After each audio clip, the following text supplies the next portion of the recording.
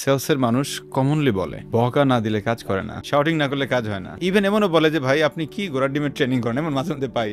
আমি বকা দেই দেখা কাজ করে, নেলে কাজ করেন, আপনি আমার থেকে আসেন নাই, বোঝেন নাই।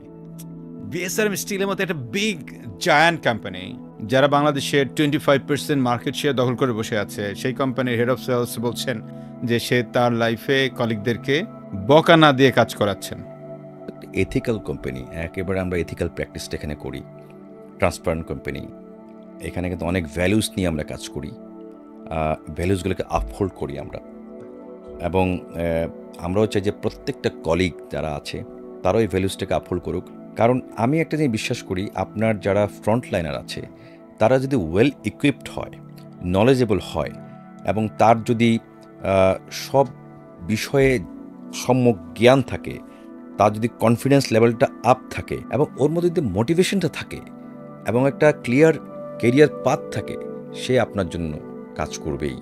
এবং তাকে আমি দেখছি আমার আর্লি ক্যারিয়ার লাইফে আমার কিছু সেলস কলিগ যারা রিজনাল সেলস ম্যানেজাররা ছিল তখন, ওই সময় অনেক আগে কথা বলছি, আমি দেখতাম সারা দিন এরে চিল্লাচ্ছে ওরে চিল্লাচ্ছে, মানে একটা কারবার, নিজের প্রেশার উঠায়, ছেলেপেলেকে প্রেশার উঠে ফেলে, শেষ পর্যন্ত দেখা যাচ্ছে ওর কেরিয়ার শেষ, ও নাই, দেশে নাই, আর ছেলেগুলো দেখে আর কোনো মানে খুব বেশি যেতে পারতেছে না। তো সারাক্ষণ প্রেশার নিয়েই তো কাজ করা যায় না। আপনি তো সেলসে কিন্তু অনেক ইনোভেটিভ থিঙ্কিং লাগে প্রচুর। আপনি sales is not rocket science. Right. সেলসে আমি যদি আজকে আপনাকে বলে দিই যে ইফতি ভাই আপনি অমুক জায়গায় যাবেন, আপনি এই প্রসেসগুলো ফলো করবেন, you might be wrong, I might be wrong. আপনি ওখানে যাওয়ার পর বলবেন যে না, আসলে সিচুয়েশনটা ওইরকম ছিল না, সিচুয়েশনটা আরেক রকম ছিল, এবং ওই সিচুয়েশনে কি বেটার হবে ওই সেলসম্যান ছাড়া ওখানে আর কেউ বলতে পারবে না। আপনি যতই ফরম্যাট করে দেন যে তুমি কিন্তু এটা বলবা, তুমি কিন্তু স্যার বলবা, আপনি যাই দেখেন যে ওই লোক স্যার পছন্দই করে না, ওই লোক ভাই পছন্দ করে, মেবি আপনি বুঝতে হবে ও কি পছন্দ করে, আপনাকে ওইটাই করতে হবে, ঠিক না? অ্যাবসলিউটলি। তো এই ছেলেগুলোকে আমি যেটা বললাম যে আপনি যদি তাকে ট্রেন করেন, কোচিং করান, কোচিং আর ট্রেনিংয়ের মধ্যে পার্থক্য আপনার চেয়ে ভালো ইফতি ভাই আর কেউ জানে না, রাইট? আমরা অনেক সময় একটা ট্রেনিং করে, অনেক সময় কিন্তু ওয়ান কোচিংও করে। আমি কোচিং করানোর উদ্দেশ্য হচ্ছে তার পটেনশিয়ালটা তাকে দিয়ে বের করা, যে তুমি তোমার পটেনশিয়াল তুমি অনেক সময় জানেও না যে ওর মধ্যে এই স্কিলগুলো আছে। আমি যখন কথা বলতে শুরু করি, তোমার তো ভাই এই স্কিল আছে, তখন নিজে অনেক সময় চিন্তা করে আসলে তো আমার কাছে আছে, এটা অ্যাপ্লাই করতে হবে এই জিনিসগুলো, ওটা অনেক ভালো দিক আছে, নিজেও জানে না। ভাই আপনার এই কথাটার সঙ্গে আমি একটু কানেক্ট করতে চাই। ইদানিংকালে কোচিং কালচারটা বাড়ছে। সো আমি তো রিসেন্টলি আপনার আইসিএফ এর পিসিসি লেভেলটার কোচিংয়ের ভর্তি হয়েছে এবং এটা নিয়ে কাজ করছি অলরেডি প্রায় 5 মাস হয়ে গেল। এটা নিয়ে অলরেডি পড়াশোনা চলছে। তো এইখানে যে বিষয়টা লক্ষণীয়, যে রিসেন্ট আমার ট্রেনিংগুলোতে চেষ্টা করি কোচিং বিষয়টা যেন ম্যানেজাররা পালন করে। যেমন রিসেন্ট একটা কোম্পানিতে ট্রেনিং করালাম, রেডিয়েন্ট ফার্মার। সো সেখানে একজন এরিয়া ম্যানেজার বললো, স্যার আমি কীভাবে আসলে এটাকে কাজে লাগাবো। আপনি যেহেতু এটা বললেন, সেই হিসাবে দর্শকদেরকে একটু আমরা এক্সপ্লোর করার চেষ্টা করছি।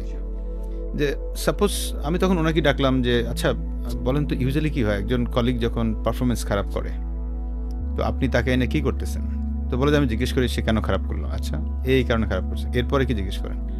বলে যে এরপরে তাকে একটা গাইডলাইন দেই যে আপনি তাহলে এরপর থেকে এই ডাক্তারকে ভিজিট করবেন, এই কাজ করবেন, এইভাবে চলবেন। তাই বললাম এটা তো আপনি তাকে একটা ডিরেকশন দিলেন, this is not coaching type হইল। তো তাহলে করবেন কীভাবে?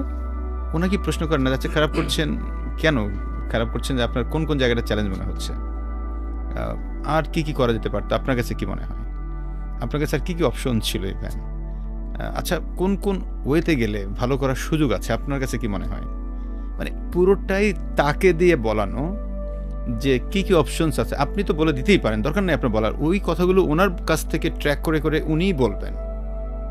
যখন উনি বলবেন তখন উনি ফিল করছেন এটাকে, ওন করছেন এটাকে, করে উনি যখন বলছেন তখন কিন্তু আপনি যদি বলেন ঠিক আছে আপনি তো বলেছেন, so just follow the rule, তখন কিন্তু সে ওন করে নিজেটা নিজে করে। এক্স্যাক্টলি এই জিনিসটা লিডারদের মধ্যে খুব খুব বেশি থাকা দরকার এখন।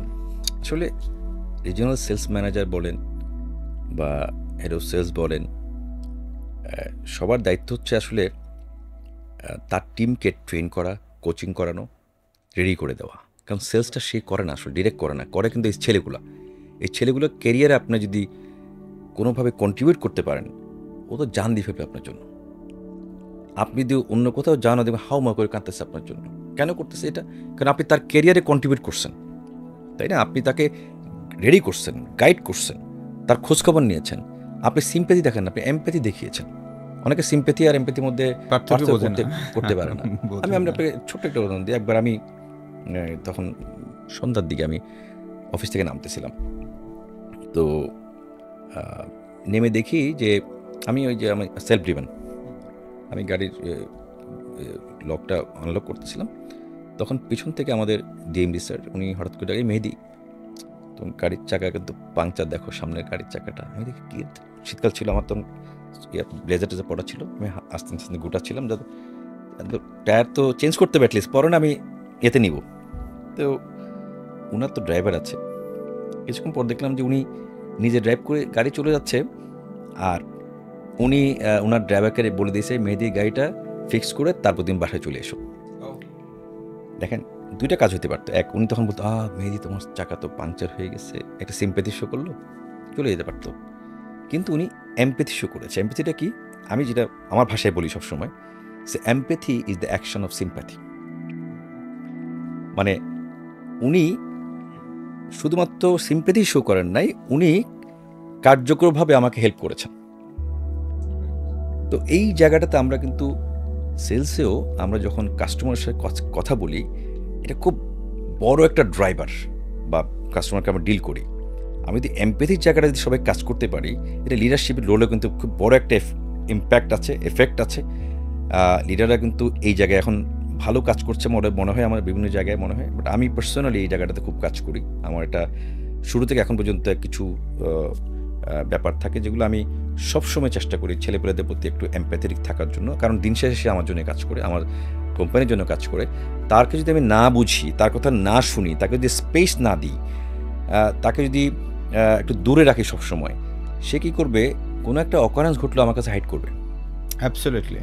একটা সেলসে অনেক সময় ম্যাসাকার হয়, অনেক বড় বড় ম্যাসাকার হয়, কিন্তু না, কিন্তু যদি আমি তার সাথে মিশে যাই, তাকে স্পেস দেই যে আমি একটা সিনিয়র পজিশন আছি, সে জুনিয়র পজিশন আছে মনে করে সে আমার কাছে যদি আসতে না ভিড়তে না পারে, তাহলে এই জায়গাগুলো আসবে না। এই কালচারটা আমরা শিখছি আসলে।